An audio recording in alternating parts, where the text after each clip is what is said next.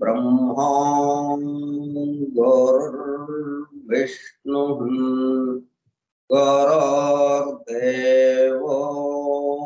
महेश्वरः गुरुः साक्षात् परं ब्रह्म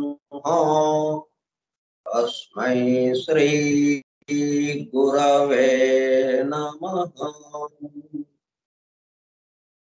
व्यासं वसिष्ठनप्तारं शक्तेः पौत्रमकल्मषम् पराशरात्मजं वन्दे सुखदातं तपोनिधिम्। क्लाम्बरधरं विष्णुं शशिवर्णं चतुर्भुजं प्रसन्नवदनं ध्यायेत् सर्वविघ्नोपशान्तये। अगज आननपद्मार्कं गजाननमहर्निशम् अनेकदं तं भक्तानाम् एकदन्तमुपास्महे। वक्रतुण्ड महाकाय कोटिसूर्यसमप्रभ निर्विघ्नं कुरु मे देवा सर्वकार्येषु सर्वदा। सरस्वती नमस्तुभ्यं वरदे कामरूपिणी वेद्यारम्भं करिष्यामि सिद्धिर्भवतु मे सदा। ॐ भूर्भुवः स्वः ॐ तत्सवितुर्वरेण्यं भर्गो देवस्य धीमहि धियो यो नः प्रचोदयात्।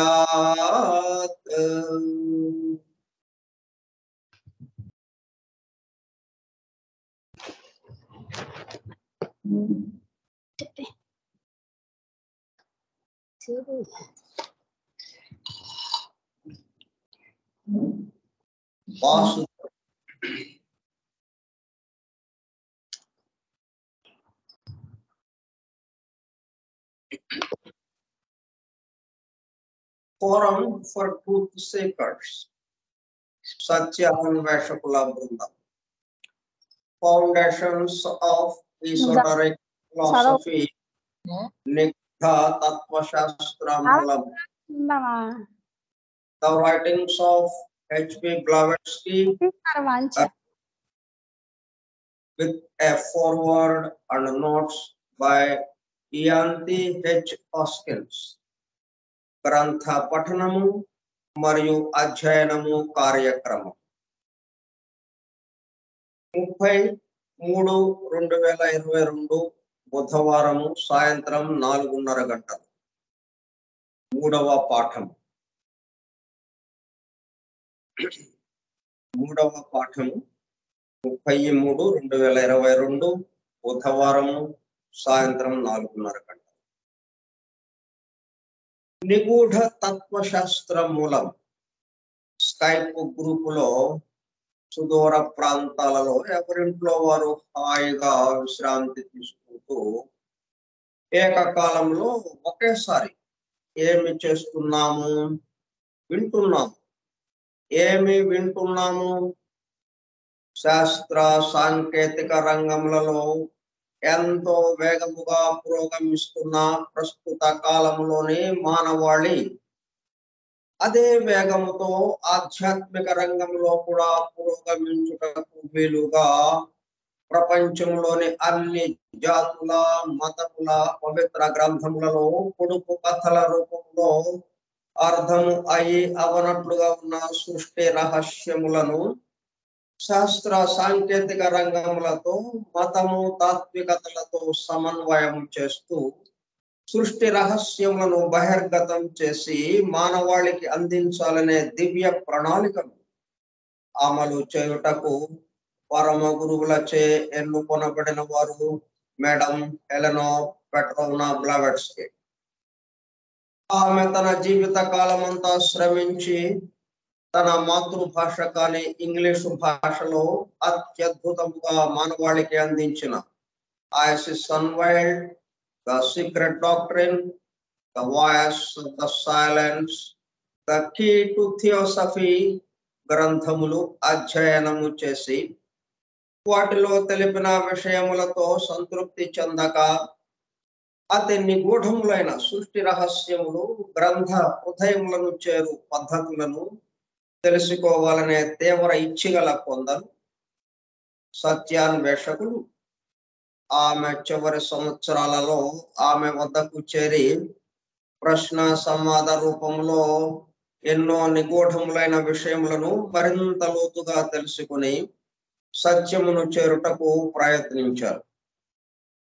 ఆ ప్రసంగ విశేషాలు అన్నీ వ్రాయబడి తదుపరి transactions of the Blavatsky lodge అనే గ్రంథముగా అందరికీ అందుబాటులోనికి వచ్చినది. తదుపరి కలెక్టెడ్ రైటింగ్స్ వాల్యూమ్ 10 లో అందింపబడినది. ఆ బృందంలోని ఒక సోదరుడు కమాండర్ రాబర్ట్ బోవెన్ ఆమె వివరించుచుండగా తాను స్వయముగా వ్రాసుకున్న నోట్స్ ను ఆమె దేహము విడుచుటకు 3 వారముల ముందు ఆమెకు చూపించగా అతను చూపిస్తున్న శ్రద్ధకు చేసిన కృషిని మెచ్చుకున్నట్లుగా అదే సమయంలో ఆ నోట్స్ కు తన అంగీకారమును తెలుపుతున్నట్లుగా తల ఊపి ఒక చిరునవ్వు నవ్వాను.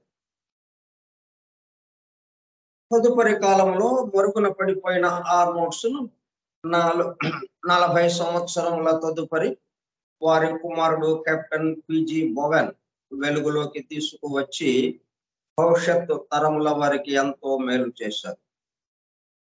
ప్రథమముగా 1932 సంవత్సరంలో థియోసఫీ ఇన్ ఐర్లాండ్ మ్యాగజైన్ లో ప్రచురింపబడింది. ఆ తదుపరి madam Blavatsky on how to study theosophy అనే పేరుతో చిన్న బుక్లెట్ రూపంలో అందుబాటులోనికి వచ్చినది.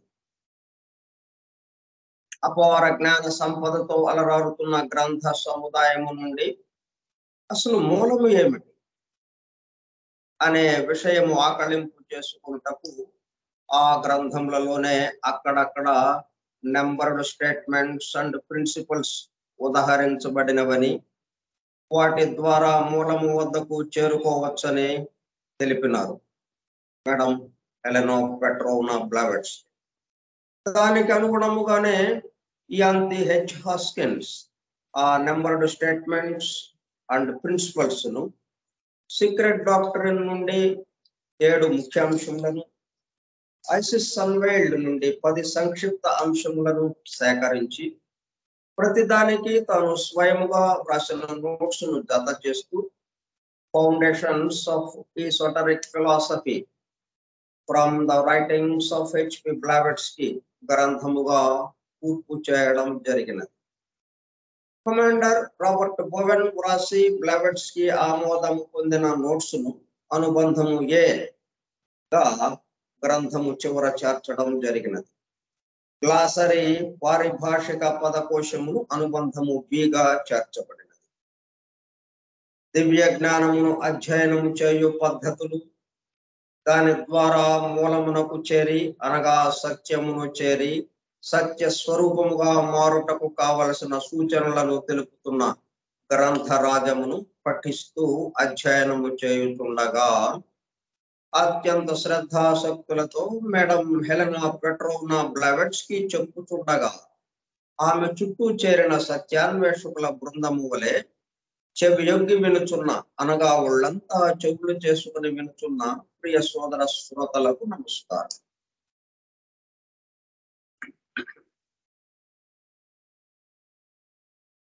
మనందరము లండన్ వెళ్దాం. లండన్ లో ఆమె గదిలో ఆమెతో పాటు ఆమె వాళ్ళ కుర్చీలో కూర్చోగా ఆమెతో పాటు ఆమె చుట్టూ చేరినటువంటి సత్యాన్వేషకుల బృందం వారు సంవాదం రూపంలో మాట్లాడుకుంటున్న విషయాలను, అలాగే బ్లావెట్స్కీ మనకు చెప్తున్న విషయాలను మనం బ్లావెట్స్కీ నోటి నుంచి అన్నట్టుగా మనం విందాం. అక్కడ అయితే వాళ్ళందరూ బ్లావెట్స్కీ చెప్తుంటే నోట్స్ రాసుకున్నారు ఆ సమయంలో.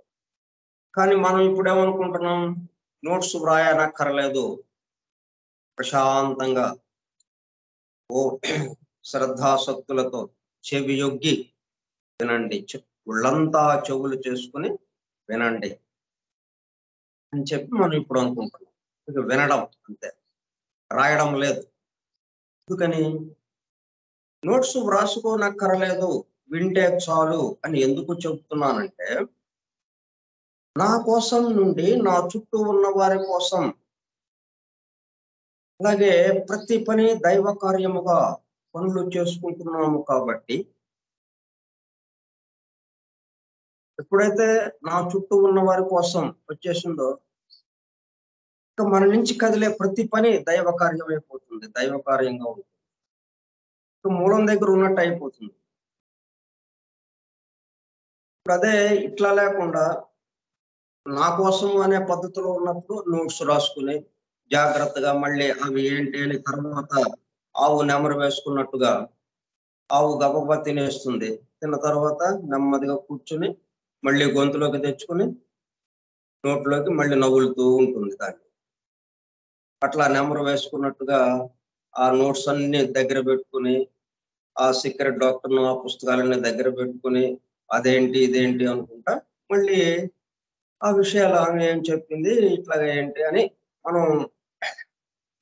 మన సొంతగా అసలు మన నిర్ణయానికి రావటం, మనం ఒక అభిప్రాయానికి రావటం జరుగుతుంది. కానీ ఇప్పుడు అలాగా అక్కర్లేదు. ఎందుకంటే నా కోసం నుండి నా చుట్టూ ఉన్న వారి కోసం మొత్తం రివర్స్ అయిపోతుంది. ఇప్పుడు అది ఎలాగైతే ఊర్ధ్వమూలం మదశాఖం అశ్వత్థం ప్రహురవ్యయం అని చెప్పారో, మనకి చెట్టు ఏమో ఎలా కనిపిస్తుంది, వేళ్ళేమో అడుగున ఉన్నాయి, అంటే మూలం అడుగున ఉంది, దిగువన ఉన్నది, దాని శాఖలు ఎగువన ఉన్నాయి, మన కంటికి కనిపిస్తుంది అది. కానీ ఇప్పుడు మనకేంటి, అది తిరగవేసినట్టుగా మనకు కనిపిస్తుంది. ఎందుకంటే మనం నా చుట్టూ ఉన్న వారి కోసం, నా కోసం అన్నప్పుడు అలాగ ఉంటుంది, నా చుట్టూ ఉన్న వారి కోసం ఉన్నప్పుడు మూలము ఊర్ధ్వంగా ఉంటుంది, ఎగువన, దాని శాఖలు దిగువన ఉంటాయి. అలా అయిపోతుంది అన్నమాట. అందుకని నోట్స్ రాసుకోవక్కర్లేదు అని చెప్పుకున్నాం మనం అంత ధైర్యంగా.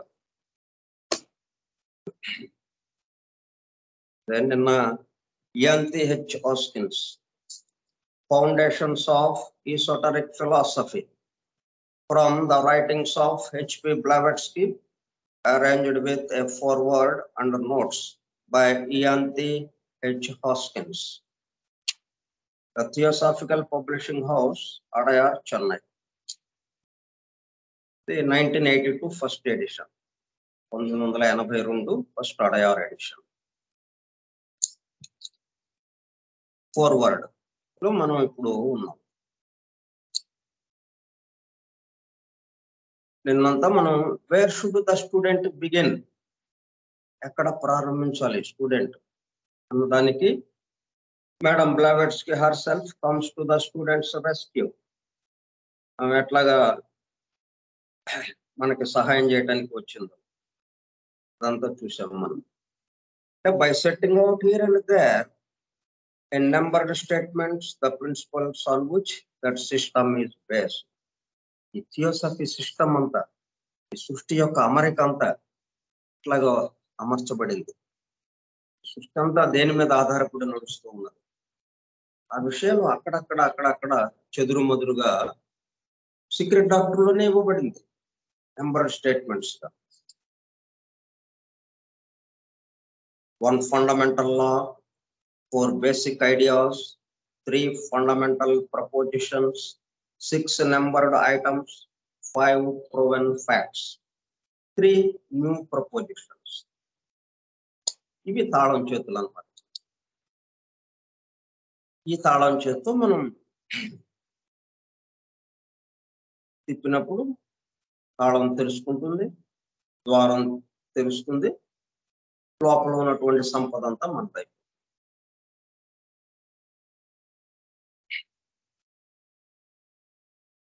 ప్రతి ఈ గ్రంథం ఎలాగా పూర్తి చేయబడిందో కూడా నేను చెప్తున్నాను.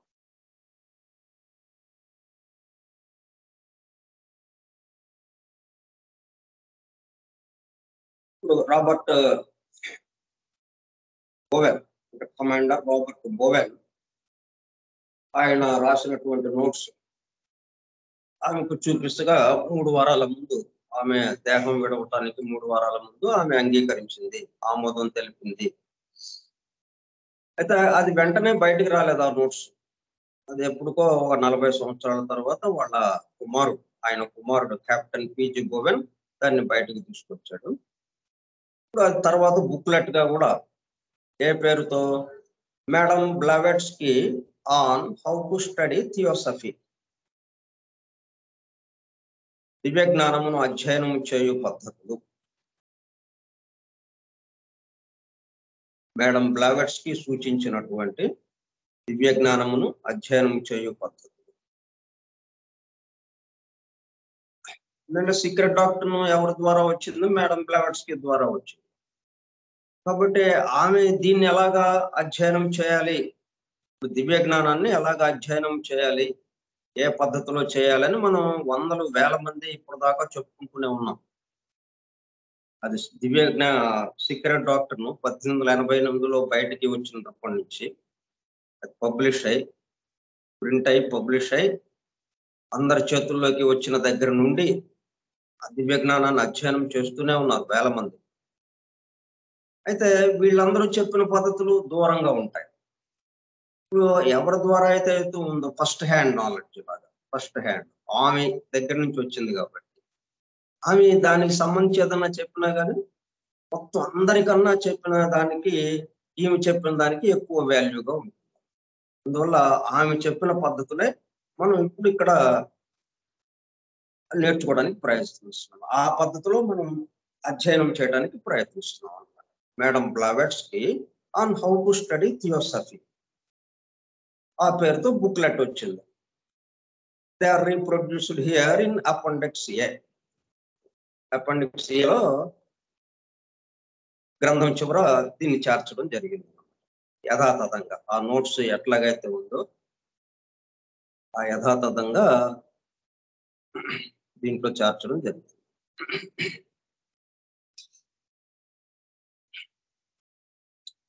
It is from these notes, Robert Bowen యొక్క నోట్స్ నుంచి, దట్ అంటే ఆ నోట్స్ లో ఏముందన్నమాట, అంత విశేషం ఏంటి ఆ నోట్స్. we learn, ఆ నోట్స్ నుంచి we learn ఏమేమి నేర్చుకోగలం దాని నుంచి అంటే the way in which one should approach the study. దాన్ని ఆ దివ్య జ్ఞానము పుస్తకాన్ని తెరవటానికి దాంట్లోకి ఎలా ప్రవేశించాలి, ఆ గ్రంథము అనే భవనంలోకి ఎలాగ ప్రవేశించాలి. One should approach the study, the attitude and expectations one should bring to it. ఆ గ్రంథాన్ని మనము నెమ్మదిగా దాని దగ్గరకు చేరి మనము అది అధ్యయనం చేస్తూ మనం అభిప్రాయం ఏర్పాటు చేసుకుంటూ దాని నుంచి మేలును పొందటం. ఏ మేలును పొందాలని దీని దగ్గరికి చేరాము. ఈ గ్రంథం ఎందుకు ఇచ్చారో అది మనకు ముందు తెలిసింది కాబట్టి ఏకత్వానుభూతి కోసం ఇవ్వబడినది ఈ గ్రంథము. ఏకత్వం, ఈ సృష్టి సమస్తంలో ఉన్నటువంటి ఏకత్వం మనకు అనుభూతిలోకి రావడం కోసం. ఏకత్వము అంటే ఏంటి? అన్ని కలిపి ఒక కట్ట కట్టేసి ఒకటండి ఇది ఒక కట్ట అని చెప్పడం కాదు. అన్నిట్లోనూ ఉన్నది ఏది ఉందో అన్ని రూపాలు దేనితో తయారైనాయి. రకరకాలే ఉండొచ్చు రూపాలు. ఒక రూపానికి ఇంకో రూపానికి సంబంధం లేదు. ఒక రూపం చేసినట్టు ఇంకో రూపానికి పనులు సంబంధం లేదు.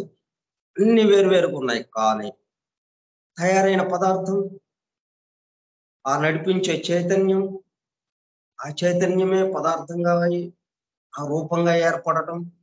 అంటే మనం రూపాలన్నీ ఎట్లా వచ్చినాయి? రెండో జీవ ప్రసారం ద్వారా వచ్చినాయి. రెండో జీవ ప్రసారము రెండవ మూర్తి నుంచి బయలువెడలినటువంటి రెండవ జీవ ప్రసారము తనతో సంయోగ శక్తిని తీసుకుని, అంటే రెండు మూడింటిని కలపగలిగిన శక్తి.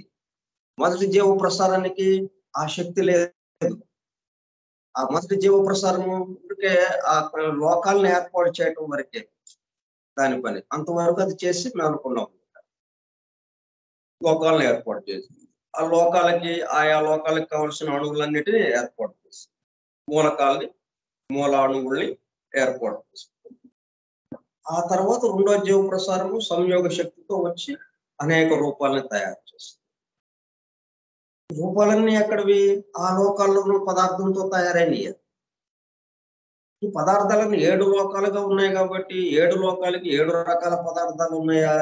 లేదు.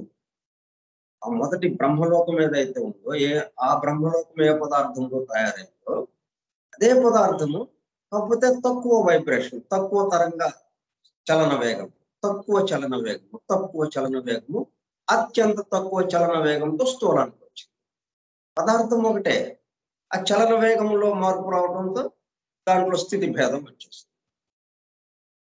అంతే తప్పితే పదార్థం ఒకటే. అది ఏకత్వం అంటే. ఒకే పదార్థంతో మొత్తం రూపాలన్నీ ఉన్నాయి. సమస్త సృష్టి ఉన్నది.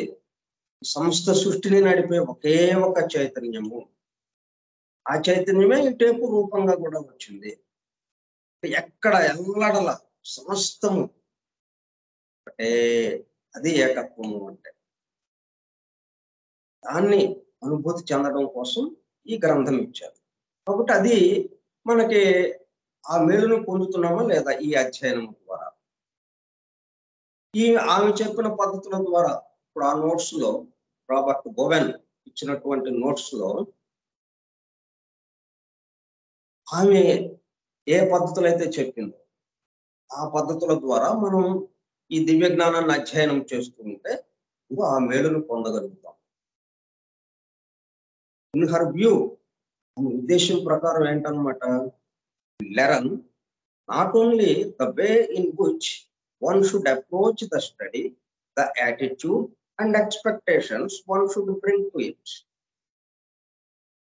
అంతేకాకుండా but further the order in which the essential statements are to be taken before embarking on the whole work. ఈ గ్రంథ అధ్యయనము అనేటువంటి ఒక ఓడ ఎక్కి మనం ప్రయాణం చేయటం. సముద్రంలో ప్రయాణం చేయడానికి ఓడ ఎక్కాలి. ఎంబార్కింగ్ అంటారు, అలా ఓడ ఎక్కడానికి ఎంబార్కింగ్. ఆ ఓడ ఏంటన్నమాట, మనం గ్రంథ అధ్యయనము అనే ఓడ ఎక్కడానికి ముందు ఏం చేయాలి? మనం essential statements. The order in which the essential statements are to be taken. మనం ముందుందాక చెప్పుకున్నట్టు fundamental proposition, 1 fundamental law, 4 basic ideas, 3 fundamental propositions, 6 numbered items, 5 proven facts.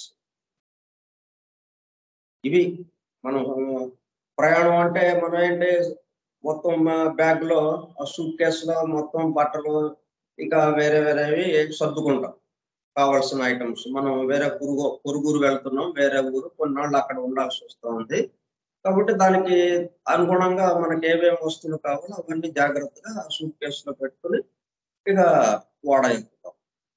అట్లాగా ఈ గ్రంథ అధ్యయనానికి వేటితో ఏ సూట్ కేసుతో వెళ్ళాలి, వేటిని సర్దుకుని వెళ్ళాలి, ఇవి. The order in which the essential statements are to be taken. అవి కూడా ఒక వరుసలో ఒకదాని కింద ఒకదాని మీద ఒకటి చక్కగా సర్దుకోవడం. దేని తర్వాత ఏది. మళ్ళీ స్టేట్మెంట్స్ ఉన్నాయి కదా, ఏది పడితే అది తాళం చేతులు ఉన్నాయి. అయితే అది ఒక క్రమ పద్ధతిలో ఉంది. ఒక తాళం చేయి తీసిన తర్వాత ఇంకొక తాళం చేతితో తీయాలి. అట్లాగే ఏర్పాటు చేయబడింది ఈ తాళం.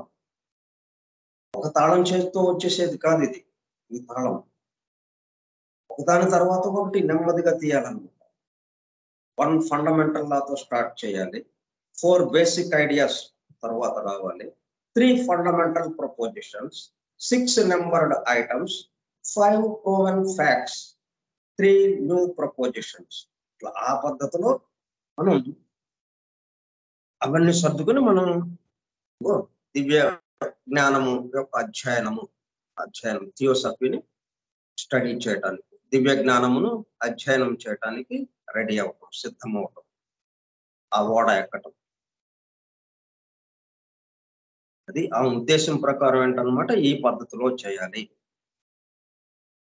ఈ పద్ధతిలో చేసినప్పుడు మనకు ఏ మేలునైతే, ఏ పరమ ప్రయోజనం అయితే మనం పొందగోరుతున్నామో,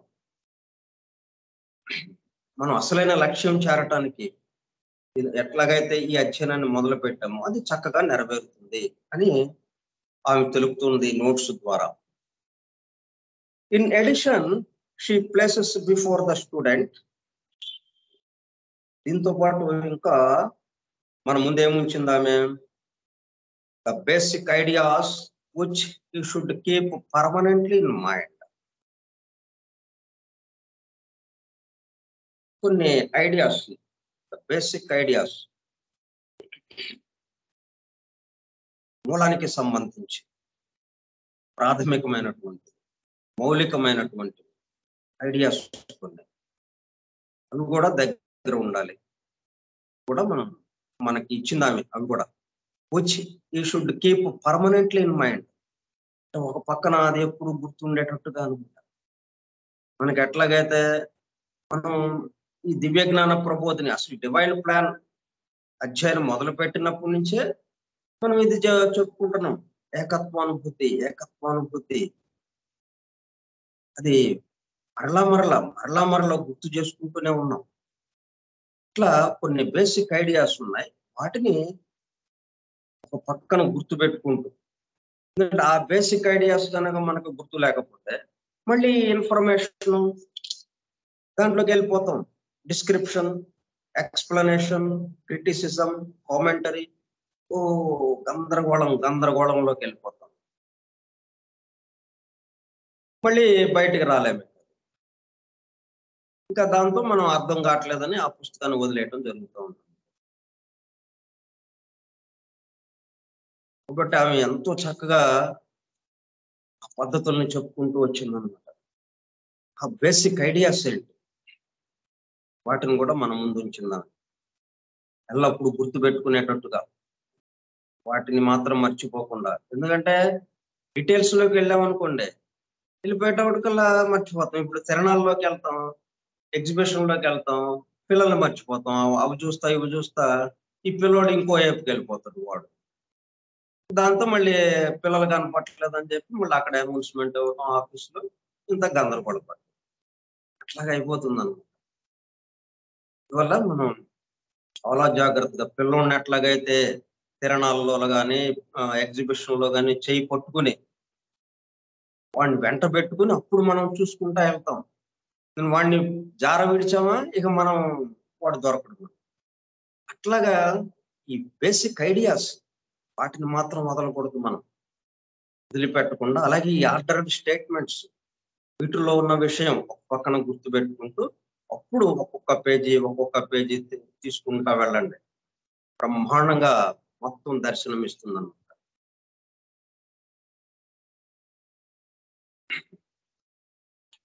వీటితో పాటు ఇంకొకటి ఉంది మనకి, ఇక్కడ అది ఉదాహరించలేదు కానీ అండర్స్టూడ్. అది ఏంటి? ప్రతిఫలాపేక్ష లేని నిస్సంగ సేవా పరాయణత్వం.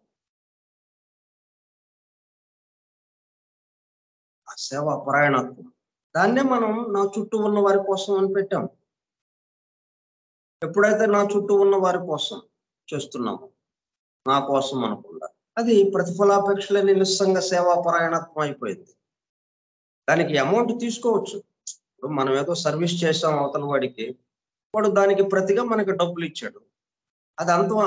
అది ఆ ట్రాన్సాక్షన్ దానికి సంబంధం ఉంటుంది. ఆ డబ్బుల కోసం మనం చేయలేదు కదా, పని కోసం చేసాం. మనం అవతల వాడికి అది అవసరం కాబట్టి మనం చేసాం. కాబట్టి డబ్బులు మనకి వచ్చినాయా లేదా మనకి సంబంధం లేకుండా అయిపోతుంది. ఆ డబ్బులు మనకి సంబంధం ఉండదు, కానీ వస్తాయి మనకి. మళ్ళీ మనం ఖర్చు పెట్టుకుంటాం, మనం ఇంకొకళ్ళకి ఇస్తాం. అయితే ఆ డబ్బుతో మనకి సంబంధం లేకుండా అయిపోతుంది. ఆ డబ్బుతో మనం బంధింపబడకుండా అయిపోతాం. బాగుంటుందండి. Her presentation of these ideas, together with the sections of the work to which she calls a special attention, form the greater part of this present collection. ఈ గ్రంథాన్ని తీసుకురావడంలో ప్రధాన ఉద్దేశం ఏంటంటే, how to study theosophy. How to study theosophy, దివ్య జ్ఞానాన్ని అధ్యయనం చేసే పద్ధతులు. అయితే ఎవరు చెప్పిన పద్ధతులు? ENTH ఆస్కిన్స్ చెప్తున్న పద్ధతులు కాదు ఇవి. ఎవరైతే కూర్పు చేశారో ఆ ENTH ఆస్కిన్స్ చెప్పిన పద్ధతులు కావు. ఆమె ఏం చేసింది? అసలు ఈ గ్రంథం ఎవరి ద్వారా వచ్చిందో ఆమెను పట్టుకున్నారు, మేడం బ్లావెట్స్కి. ఆమె చెప్పినటువంటి పద్ధతుల్ని మనం ఈ గ్రంథంగా తీసుకొచ్చారు. ఆమె ఏమేం పద్ధతులు, ఎలాగా ఏ పద్ధతిలో అధ్యయనం చేయాలి అవి తీసుకొచ్చారు. With the sections of the work to which she calls a special attention. ఇట్లా ఏటి పట్ల చాలా కేర్ఫుల్. ముందు అసలు వేటితో ప్రారంభించాలి, ఇట్లా ఆ విషయాలన్నీ ఆమె చర్చించిన విషయాలన్నీ కూడా ట్రాన్సాక్షన్స్ ఆఫ్ ది బ్లావెట్స్కీ లాడ్జ్లో ఉన్నాయి. ఆ తర్వాత రాబర్ట్ బోవెన్ నోట్స్ ద్వారా కొన్ని వచ్చినాయి. ఈ విధంగా వాటిని ఒక క్రమ పద్ధతిలో ఈ గ్రంథంగా పూర్తి చేశారన్నమాట. పేరేమో ఫౌండేషన్స్ ఆఫ్ ఎసోటరిక్ ఫిలాసఫీ. అధ్యయనం చేసే పద్ధతులు ఏంటో లోపల వచ్చేసినాయి.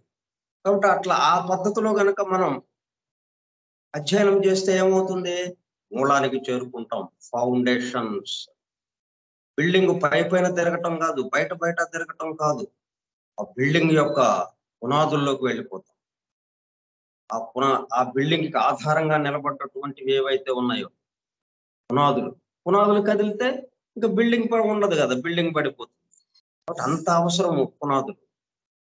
ఆ గ్రంథం ఏదైతే ఉందో, ఆ థియోసఫీ అనేది ఏదైతే ఉందో, దానికి అవసరమైంది ఏదైతే ఉందో ఆ పునాదుల్లోకి మనం వెళ్తాం. అందుకని ఫౌండేషన్స్ ఆఫ్ ఎసోటరిక్ ఫిలాసఫీ అని పేరు పెట్టారు.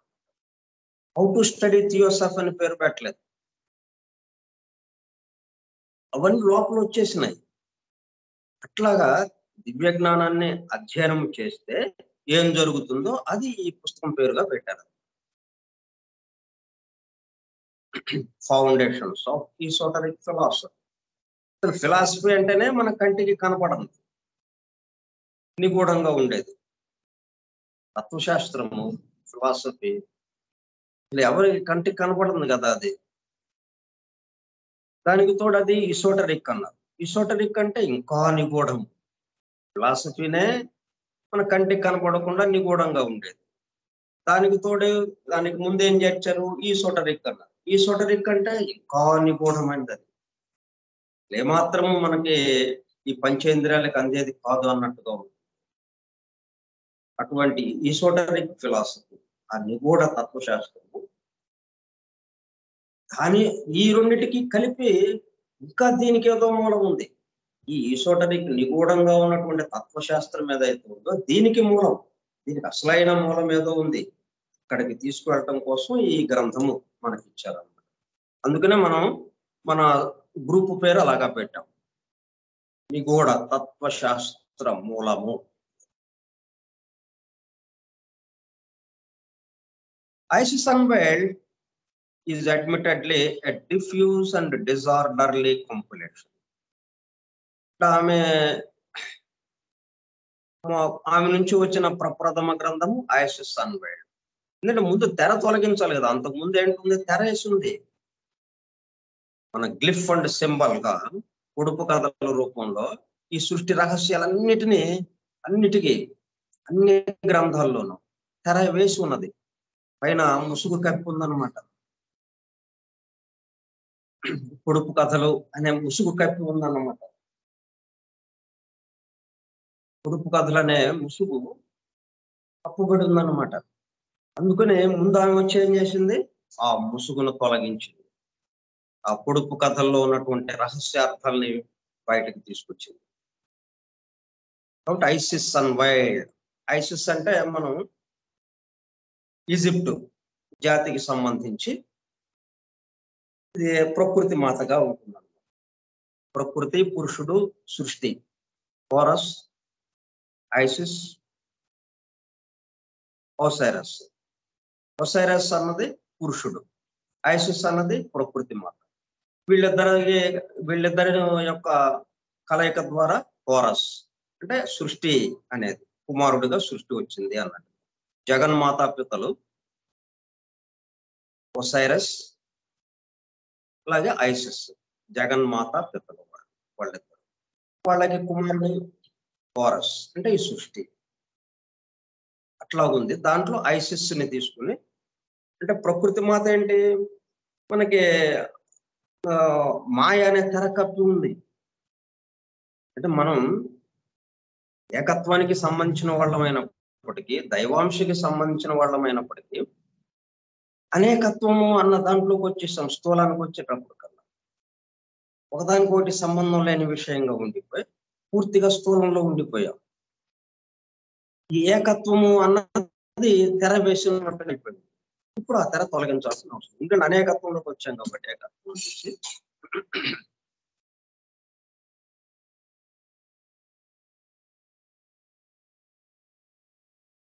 Isis unveiled is admittedly a diffuse and disorderly compilation.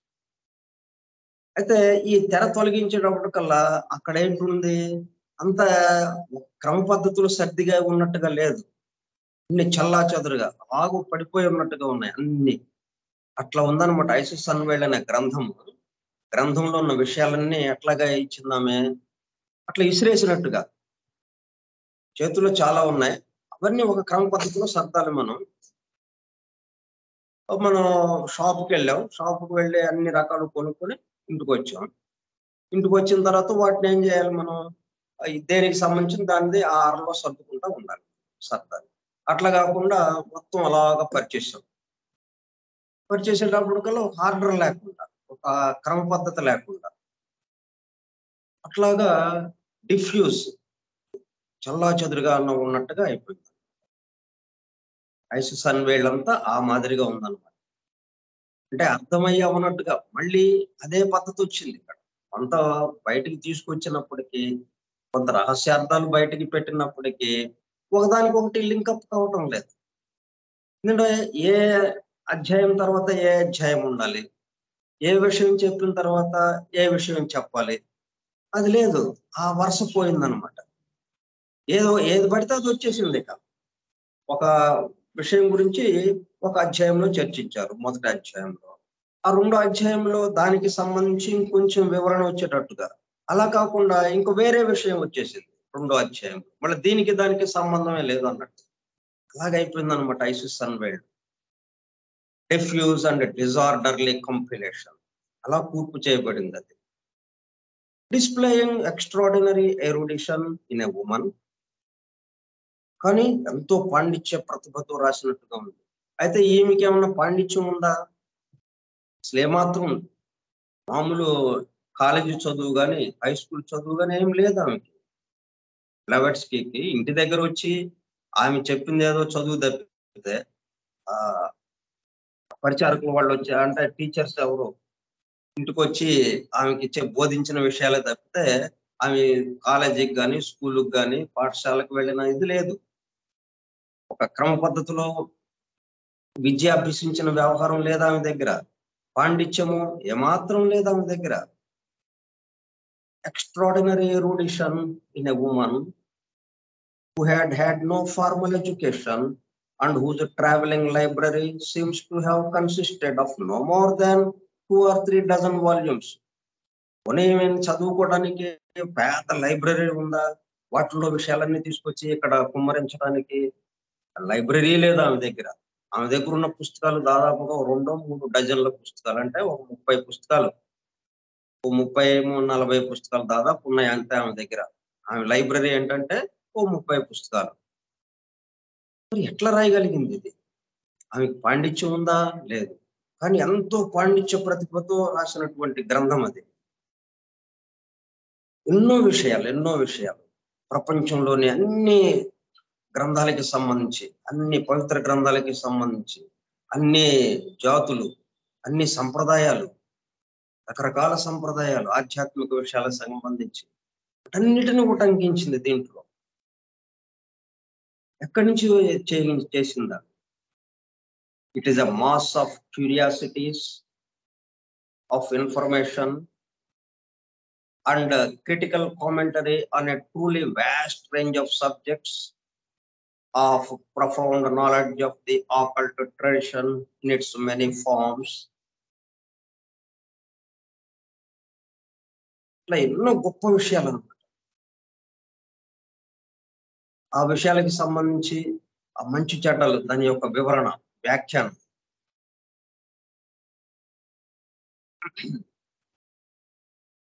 తర్వాత curiosity, it is a mass of curiosities.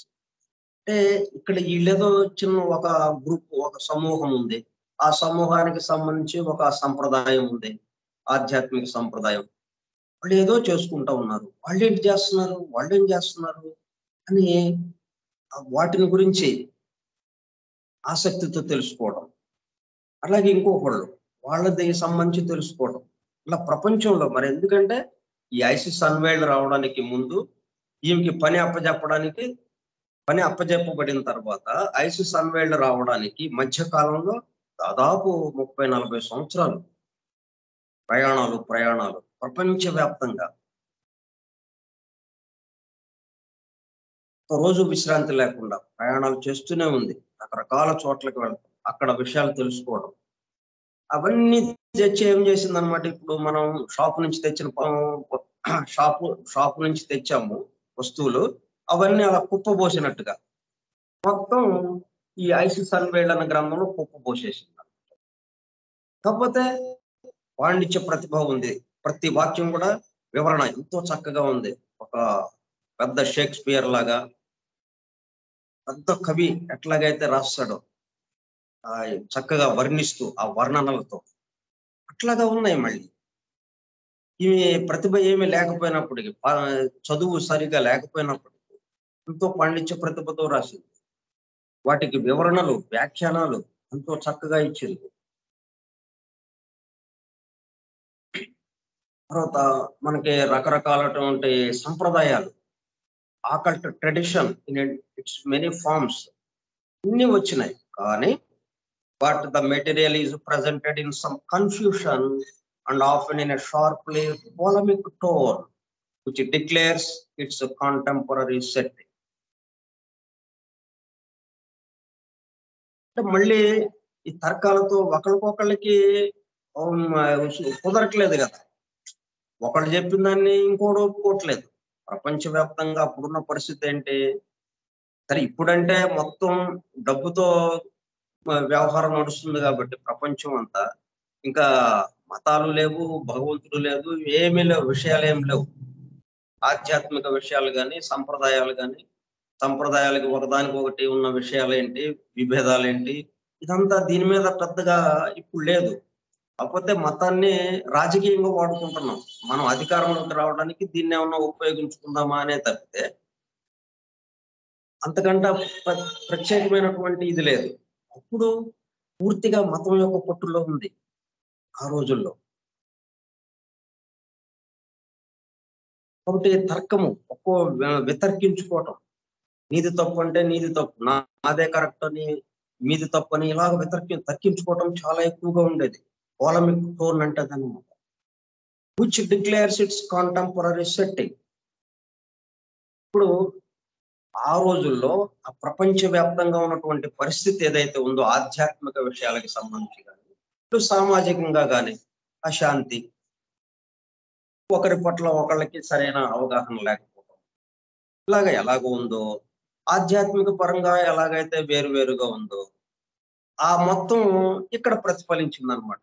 ISIS unveiled అనే గ్రంథాన్ని పేజీలు తిప్పితే మనకు ఆ విధంగా ఈ ప్రపంచం అంతా ఎట్లాగా ఉందో దానికి ప్రతీకగా ఇక్కడ ఉందా అన్నట్టుగా అనిపించింది అనమాట ఆ సెట్టింగ్. అక్కడ కన్ఫ్యూషన్, గందరగోళం, ఇక్కడ కన్ఫ్యూషన్, గందరగోళం. ఎందుకని దేని తర్వాత ఏది తెలియలే మనకి, దేని తర్వాత ఏదో పెట్టాలో ఏంటో తెలియలేదు. మొత్తాన్ని తెచ్చారు, కావలసినవి మొత్తం. అంటే ఆ రోజున ప్రపంచ మానవాళికి ఏదైతే అందివ్వాలని అనుకున్నారో పరమ గురువులు ఆ మొత్తం ఆమె ద్వారా అందించారు. కానీ వీటిని సెట్టింగ్ చేసినప్పుడు ఎట్లా పడితే అలాగా ఒక వరుస లేకుండా, ఒక ఆర్డర్ లేకుండా, ఒక క్రమ పద్ధతి లేకుండా కన్ఫ్యూజ్డ్ స్టేట్ లో, ఒక గందరగోళం స్థితిలో పెట్టేశారు. At the end of volume 2, Madam Blavatsky summarizes in 10 numbered items the essential elements of the teaching.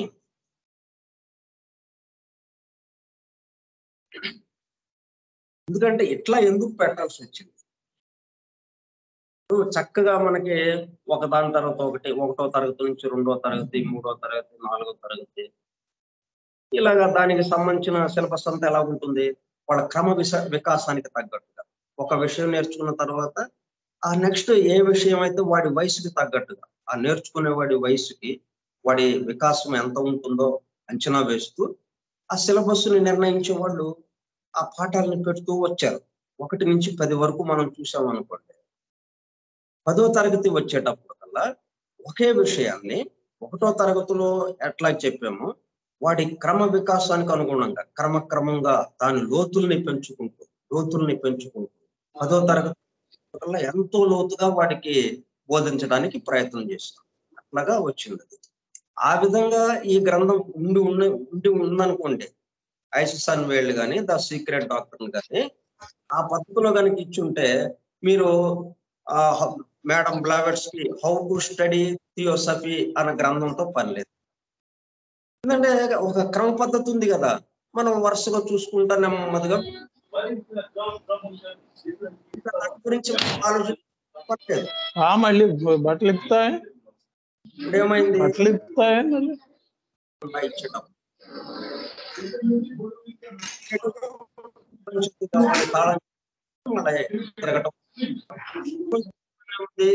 తాళం చేతులు పుస్తకంలోనే ఉన్నాయి, కానీ ఆ తాళం చేయి ఎక్కడ ఉంది?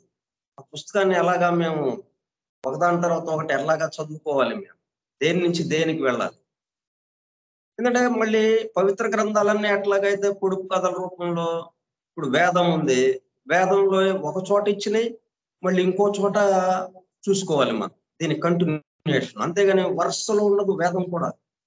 వేదంలోని సూక్తాలు, ఇప్పుడు ఋగ్వేదం ఉంది, ఋగ్వేదంలో 1164 సూక్తాలు దాదాపుగా ఉన్నాయి. ఒక్కో సూక్తానికి ఒక 30, 40, 50 అలాగా శ్లోకాలు ఉంటాయి, మంత్ర భాగాలు. ఇవన్నీ ఒక సూక్తంలో చెప్పిన విషయము దానికి తగ్గట్టుగా అనుబంధంగా 2వ సూక్తంలో రాదు, మళ్ళీ 2వ సూక్తంలో ఎక్కడికో వెళ్ళిపోతారు. ఇప్పుడు ఈ మొదటి సూక్తంలో మనం ఏదైతే విషయం మనకు అందింపబడిందో దానికి మరింత విశేషంగా మరింత వివరంగా ఎక్కడ దొరుకుతుంది? ఒక 30వ సూక్తంలోనో 40వ సూక్తంలోనో దొరుకుతుంది. సుపర్ణ సూక్తమే దానికి ఉదాహరణ. సుపర్ణ సూక్తం కూడా అంతే. ఇక్కడ చెప్పిన దానికి విషయం మన కంటిన్యూషన్ కావాలంటే మళ్ళీ ఇంకో చోటకు పోవాలి. అదే పద్ధతి ఏమైంది అనుకోకుండా అప్రయత్నంగా ఈ ఐసిస్ అన్వేల్డ్ లోకి వచ్చేసింది, ద సీక్రెట్ డాక్టర్ లోకి వచ్చేసింది. కొన్ని ఐసిస్ అన్వేల్డ్ ని మరింత వివరిద్దాం అనుకుంటూ సీక్రెట్ డాక్టర్ వచ్చింది. దాన్ని జాగ్రత్తగా ఏంటంటే గందరగోళంగా పెట్టేస్తాం కాబట్టి దాన్ని వివరంగా సీక్రెట్ డాక్టర్ లో పెడదాం అనుకుంటే ఇది అట్లాగే అయిపోయింది. కాబట్టి ఇప్పుడు ఏమైంది, మనకి తాళం చేతులు అవసరమైంది.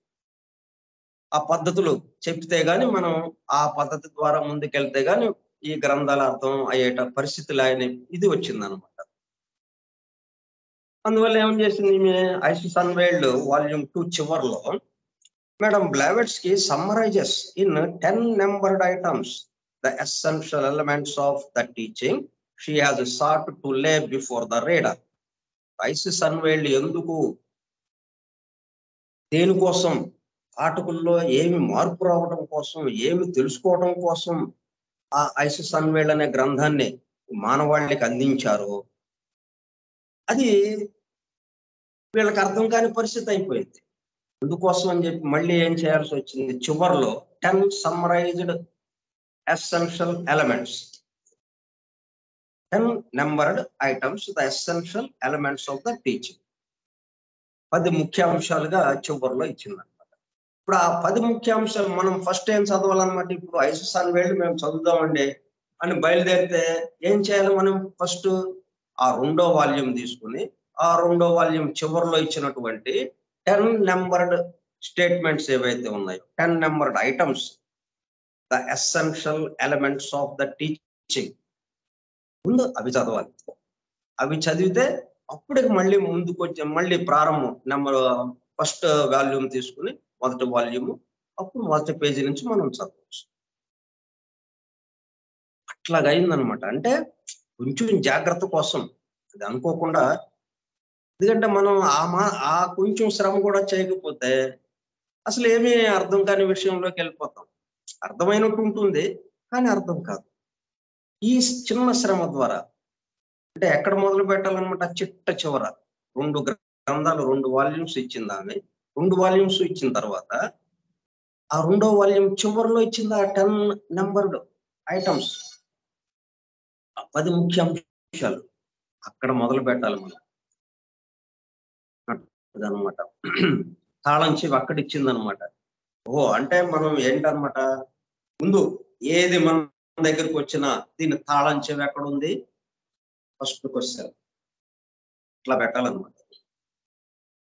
తాళం చెవి ఉందా, ఇంకా మనకి మన కానిదంటే ఏముంటుంది, తాళం చెవి లేనప్పుడే కదా తాళం వేసింది ఎదురుగా. ఆ తాళం చెవి మన దగ్గర లేదు, ఒకళ్ళ ఇంటికి వెళ్ళాము, ఇల్లు తాళం వేసింది, ఇలాగా లోపలికి ప్రవేశించగలము మనం? లేవు కదా, తాళం చెవి ఉండాలి. ఒకటి తాళం చెవి. దీంట్లో తాళం అయితే ఇక్కడ ఇంకో విశేషం ఏంటి, ఆ గ్రంథంలోనే తాళం చెవి కూడా ఉంటుంది. ఆ సిచ్యువేషన్ లోనే, ఆ సంఘటనలోనే, ఆ సన్నివేశంలోనే తాళం చెవి ఉంటుంది. పరిష్కారానికి సంబంధించి సృష్టి మొత్తం ఇలాగా అమర్చబడింది, ఇలా పూర్తి చేయబడింది. అందుకని దానికి అనుగుణంగానే ఈ గ్రంథాలు కూడా అలాగా వచ్చినాయి. ఇది మనకు నేర్పడం కోసం. ఎక్కడే తిరుగుతారు, అక్కడే ఉంది తాళం చెవి, మీలోనే ఉంది తాళం చెవి. దైవాన్ని ఎక్కడ తిరుగుతారు మీరు? దైవం అనే తాళం చెవి మీ దగ్గరే ఉంది. తీయండి తలుపు, మీ హృదయ ద్వారాలు తెరవండి, ఇక్కడే ఉన్నాడు. అలా ఇచ్చారనమాట. ఎక్కడికక్కడ పక్కకి వెళ్ళక్కర్లా మనం. 2 వాల్యూమ్స్ ఐసిస్ అన్వేల్డ్ ఇచ్చేసారు చివరిలో తాళం చెవి. అట్లాగే the secret doctrine, fundamental proposition, basic ideas, 3 fundamental propositions, 1 fundamental law, 6 numbered items, 5 proven facts అక్కడక్కడ ఉన్నాయి. అక్కడ ముందు అక్కడ చదువు, అక్కడ చూడండి. ఆ తాళం చేతులు తీసుకోండి, బయలుదేరండి. సీక్రెట్ డాక్టర్ మొత్తం అన్ని వాల్యూమ్స్ అక్షరం అక్షరం మన ముందు దర్శనమిస్తుంది.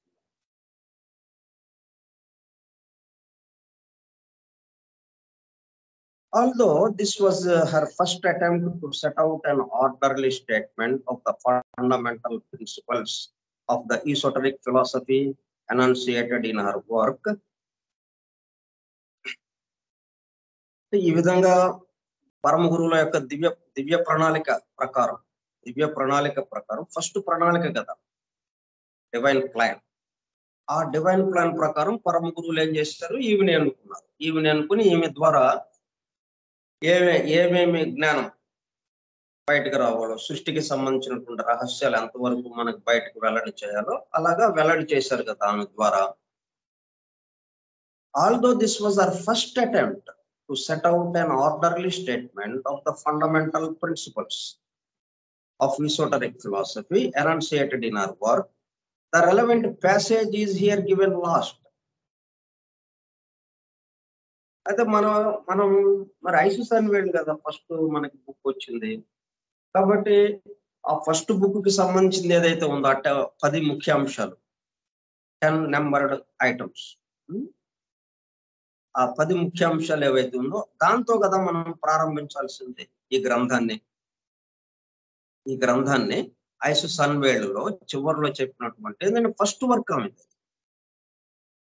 మొట్టమొదటగా ఆమె నుంచి బహిర్గతమైంది ఐసిస్ అన్వేల్డ్, తెర తొలగింపబడింది.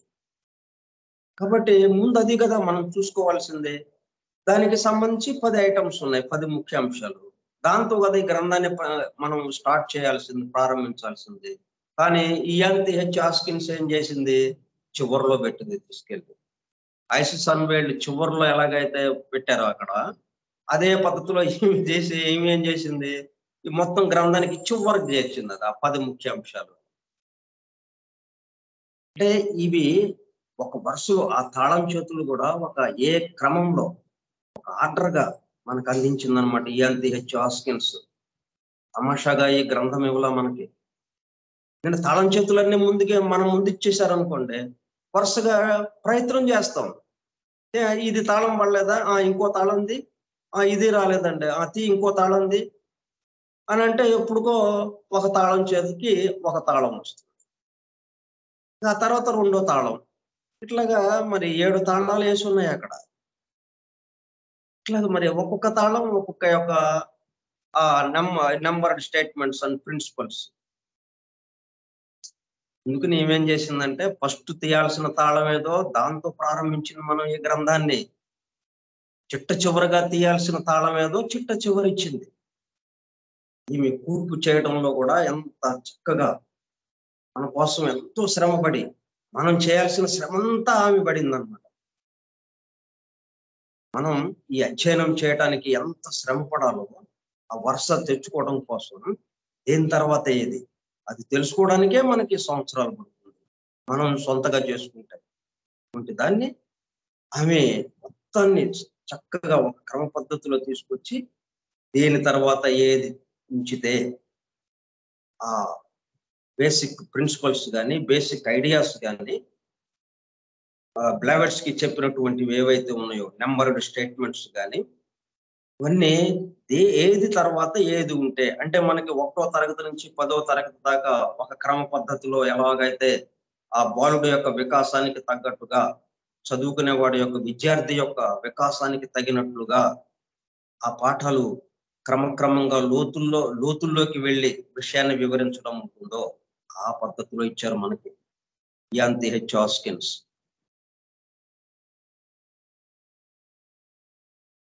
First attempt to set out an orderly statement of the fundamental principles of the esoteric philosophy enunciated in our work.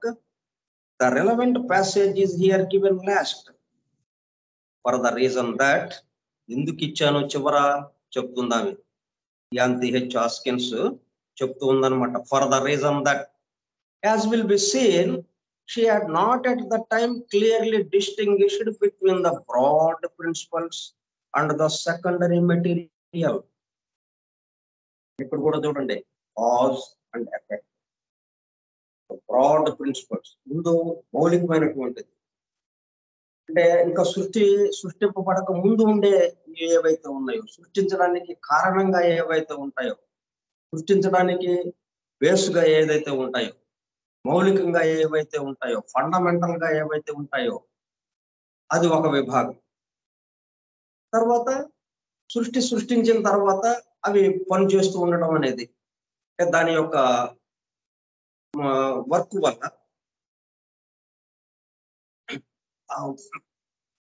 ఇక్కడ సృష్టిలో ఎలాగ వ్యక్తమవుతూ ఉన్నది, అది ఎఫెక్ట్స్ గా ఎలా వ్యక్తమవుతుంది, సృష్టి ఎలాగా సృష్టింపబడుతూ ఉన్నది. ఇది ఒక ఐటమ్. అట్లా 2 ఐటమ్స్ గా తీసుకుని ఇక్కడ ఏం చెప్తుంది, broad principles and the secondary material. ఆ బ్రాడ్ ప్రిన్సిపల్స్ ఏంటి, అవి సృష్టి ముందు ఉండేవి. సృష్టి ఎలాగా సృష్టింపబడాలి, ఎలా ఆవిర్భవించాలి, ఈ బ్రహ్మాండ నిర్మాణం ఎలా జరగాలి, ఆ బ్రహ్మాండ నిర్మాణంలో మానవ నిర్మాణం ఎలా జరగాలి, దేని తర్వాత ఏది జరగాలి, అవన్నీ కూడా బ్రాడ్ ప్రిన్సిపల్స్ గా మొదట్లో ఉంటాయి.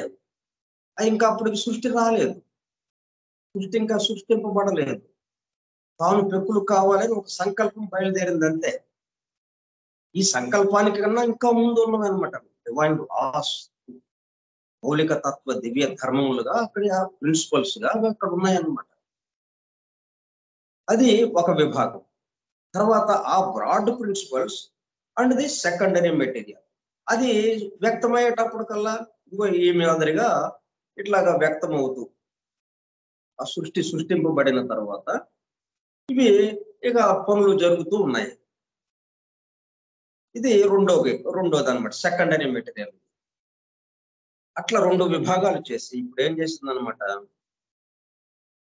she had not at that time clearly distinguished between the broad principles and the secondary material. ఇప్పుడు ప్లవెట్స్ కి గ్రంథాలు వచ్చినాయి. గ్రంథాలు రావడానికి ముందే ఇంత వివరంగా ఆలోచించలేమే. ఆలోచించే టైమే లేదే. కాబట్టి వరుసగా అక్కడ ఒక జలపాతం లాగా పడిపోతా ఉంది. అక్కడ పరమ గురువుల నుంచి ఏమి రాయాలో, ఏమి అక్కడ వివరించాలో మొత్తం అలా వచ్చేస్తూ ఉంది. అవి రాస్తూ కూర్చోవడానికే టైం చాలలేదు. దేని తర్వాత ఏది పెట్టాలో కూడా ఇంకా తెలియని పరిస్థితి. వాటిని విడదీసి ఇవి బ్రాడ్ ప్రిన్సిపల్స్ కాబట్టి ఇవి ముందు ఉండాలి, వీటి యొక్క ఎఫెక్ట్స్ అంటే సెకండరీ మెటీరియల్ గా ఇదిగో ఈ విషయాలు ఉండాలి అన్నది అసలు అట్లాగా ఆలోచించడానికి ఆమెకి టైమే లేదు కదా, ఆమెకి సమయమే లేదు అసలు. కాబట్టి that is the working out of the principles in particulars. ఆ సెకండ్ మెటీరియల్ అంటే ఏంటి, ఏవైతే working out of the principles ఉన్నాయో, బ్రాడ్ ప్రిన్సిపల్స్ సృష్టికి ముందు, అవి పర్టికులర్స్ వచ్చేటప్పటికల్లా ఎలాగా పనిచేస్తూ ఉన్నాయి. సృష్టింపబడిన తర్వాత సృష్టి నడుస్తూ ఉంటే, సృష్టి నిర్మాణం జరుగుతూ ఉంటే ఆ పర్టికులర్స్ లో విడివిడిగా ఎలాగా అవి పనిచేస్తున్నాయి. ఆ ప్రిన్సిపల్, అదే ప్రిన్సిపల్ వీళ్ళందరిలోనూ విడివిడిగా అనేకత్వంగా ఎలాగ పనిచేస్తున్నాయి అనేది అక్కడ మనం ముందు ఆలోచించలేదు. అంటే అంత వివరంగా అక్కడ చేయడానికి లేదు, వరుసగా వచ్చిన దాన్ని పరుచుకుంటూ వెళ్ళిపోయింది అంతే. In speaking of her occult instructors, she used the name of masters because it was from them, as she explicitly states in the key to theosophy. So ఇంకా మిగతా విషయాలు మనం వచ్చే సోమవారం నాడు చెప్పుకుందాం. ఇంకా ఇయాన్ టి హెచ్ హాస్కిన్స్ యొక్క ఫోర్వర్డ్, అంటే ఈ గ్రంథాన్ని ఎలాగ నేను పూర్తి చేశాను, నేను మరి ఈ గ్రంథాన్ని ఎలా పూర్తి చేశామో తెలియకే కదా ఈ గందరగోళం అంతా పడుతున్నాం మనం. ఈ గ్రంథాన్ని ఎలా పూర్తి చేయబడిందో అవన్నీ విషయాలు తెలియకే కదా మనం ఇంత సీక్రెట్ డాక్టర్ కానీ ఐసిస్ అన్వేల్డ్ కానీ మనకి అంతు పట్టకుండా ఉండిపోయింది. అందుకని మనం ఏంటంటే ఈ ఇయాన్ టి హెచ్ హాస్కిన్స్ తన గ్రంథాన్ని ఎలా పూర్తి చేశాను వివరంగా ఆ ఫోర్వర్డ్ లో ఇచ్చింది. ఆ ఫోర్వర్డ్ మనం చాలా చక్కగా చెప్పుకుంటున్నాం. తర్వాత విషయాలు మనం నెక్స్ట్ సోమవారం నాడు చెప్పుకుంటాం. స్వస్తి ప్రజాభ్యః పరిపాలయంతాం న్యాయేణ మార్గేణ మహీం మహిషాః ఓ బ్రాహ్మణేభ్యః శుభమస్తు నిత్యం లోకాః సమస్తాః సుఖినో భవంతు లోకాః సమస్తాః సుఖినో భవంతు లోకాః సమస్తాః సుఖినో భవంతు ఓం శాంతి శాంతి శాంతి